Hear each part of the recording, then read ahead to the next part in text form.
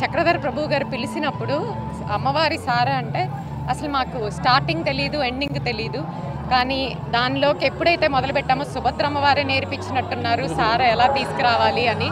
నిజంగా అలా చెప్పటం ఆలస్యం, చాలామంది ముందుకొచ్చారు. అందరూ తలా ఒక చెయ్యేసి ఇన్ని రకాల ఐటమ్స్ తీసుకురాగలగటం, అది మాధవి చెప్పినట్టు ఇంత ప్రేమగా చేయగలగటం అంత చాలా సంతోషంగా ఉందండి.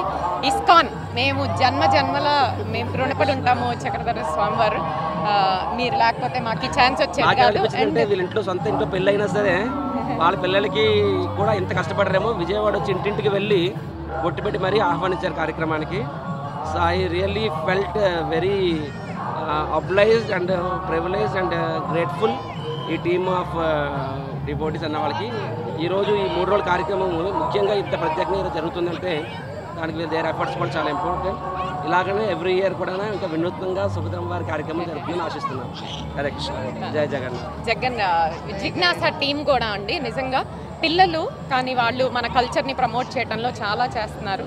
సో అందరికీ పాల్గొన్న అందరికీ కూడా మనస్ఫూర్తిగా